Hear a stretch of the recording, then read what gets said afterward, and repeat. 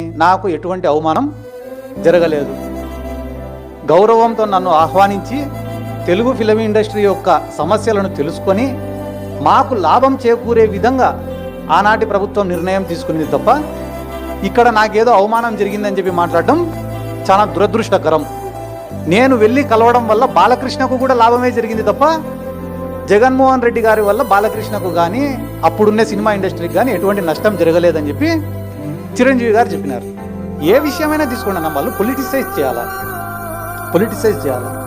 ఓ పక్క మహేష్ బాబుని పిలిపించినారు, ప్రభాస్ను పిలిపించినారు, వీళ్ళందరినీ పిలిచి అవమానించినారు అని చెప్పి చిత్రీకరిస్తున్నారు. మాకేమవసరం అన్న? మా పార్టీలో మహేష్ బాబు అభిమానులు ఉండరా, ప్రభాస్ అభిమానులు ఉండరా, జూనియర్ ఎన్టీఆర్ అభిమానులు ఉండరా? మాకేమవసరం ఒకరిని అవమానించాల్సినది? ఈరోజు ఇదే తెలంగాణ ముఖ్యమంత్రి అయిన రేవంత్ రెడ్డి గారిని ఒకరోజు ప్రొడ్యూసర్లు, ఒకరోజు డైరెక్టర్లు, విడతల వారీగా సినిమా హీరోలు పోయి బొకేలు ఇచ్చి శాల్వాలు కప్పి కలుస్తున్నారు కదా.